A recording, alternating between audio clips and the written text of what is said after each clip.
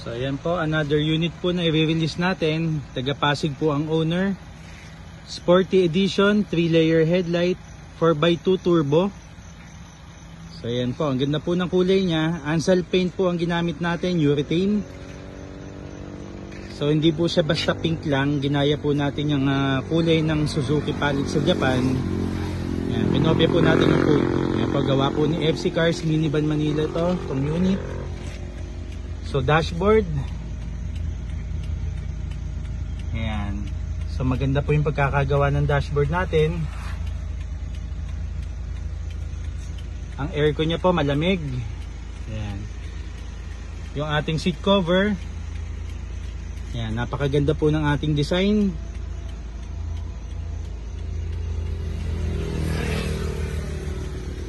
So dual automatic sliding door po ito. Ayan, 14-inch original Japan mags. So white top, high roof.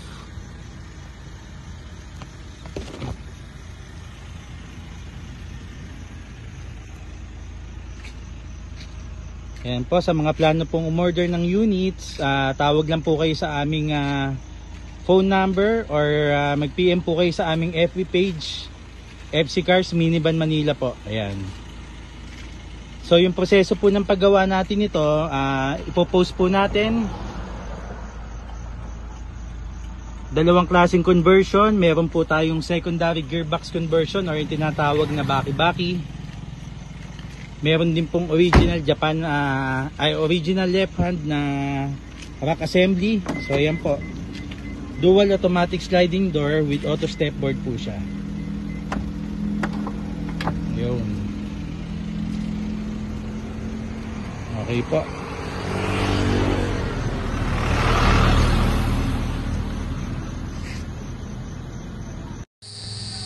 Ayan po ma'am. Sir, ito po. White top, tapos pick yung body. Ayan.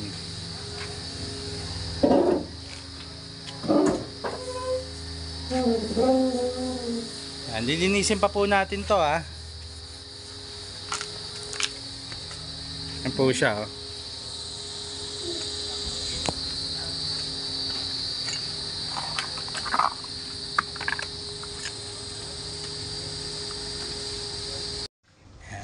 So ito po yung ATF na pinalitan natin, napakadumi. So nililinis natin yung ating drain pan.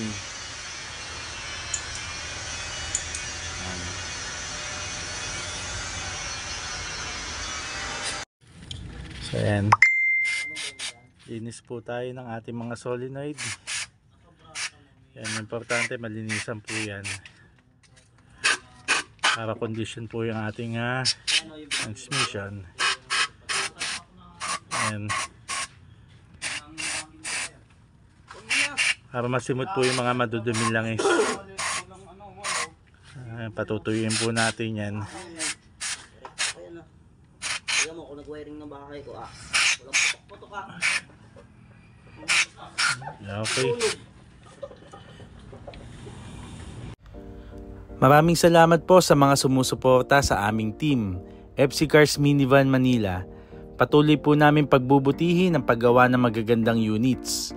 Sa mga may plano pong umorder ng mga ganitong unit katulad ng DA64W Sporty Edition, tumawag lang po sa 0915-212-2037. Para sa susunod na updates, mag-subscribe lang po sa aming YouTube channel at bisitahin ang aming FB page, FC Cars Minivan Manila.